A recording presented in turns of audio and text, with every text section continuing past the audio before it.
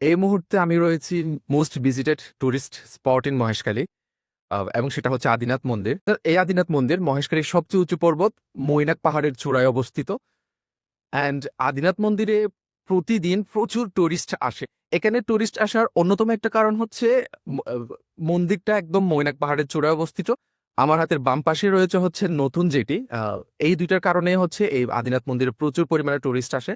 So দেখি মন্দিরের ভিতরে একটু ঘুরে দেখি কি কি রয়েছে। রাস্তার দুপাশে রাকান জনগোষ্ঠীর মহিলারা তাদের নিজ হাতের তৈরি বিভিন্ন কাপড় চোপড় নিয়ে এখানে বিভিন্ন ধরনের দোকান সাজিয়েছেন ছোট ছোট, যেগুলা আদিনাথ মন্দিরের অন্যতম একটা আকর্ষণ। আদিনাথ মন্দিরের গেট দিয়ে ঢোকা মাত্রই চোখে পড়বে অনেকগুলো সিঁড়ি উপরের দিকে উঠে গিয়েছে, এবং এই সিঁড়িগুলো ভেঙেই কিন্তু একদম ময়না পাহাড়ের চূড়ায় উঠতে হয়। আমার পেছনে হচ্ছে মেন আদিনাথ মন্দির, যেটার নামে হচ্ছে এই আদিনাথ পাহাড়।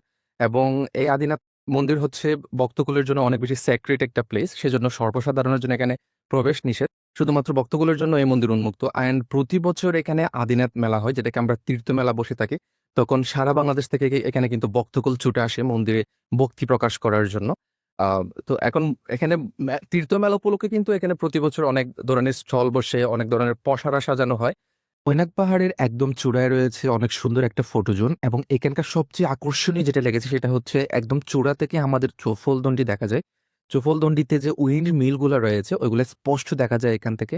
অ্যান্ড নিচের নতুন যেটিতে দেখা যাচ্ছে, অর্থাৎ নিচের ভিউটা এত বেশি সুন্দর লাগে এই মৈনাক চূড়ার উপর থেকে। আমি এখন একদম মৈনাক পাহাড়ের চূড়ায় উঠে গিয়েছি।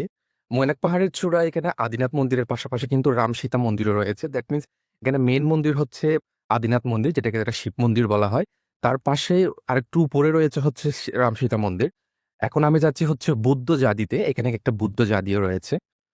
বুদ্ধ জাদির পরে এটা হচ্ছে একটা পাহাড়ি রাস্তা, একদম পাহাড়ে ঢুকে গিয়েছে। আমি বেশি দূর যাব না, অল্প একটু গিয়ে দেখবো এখানে আসলে কতটুকু যাবে। আমি এখন মৈনাক পাহাড়ের সর্বোচ্চ চূড়ায়। এখান থেকে পুরো মহেশখালীর একটা 360 ভিউ দেখা যাচ্ছে।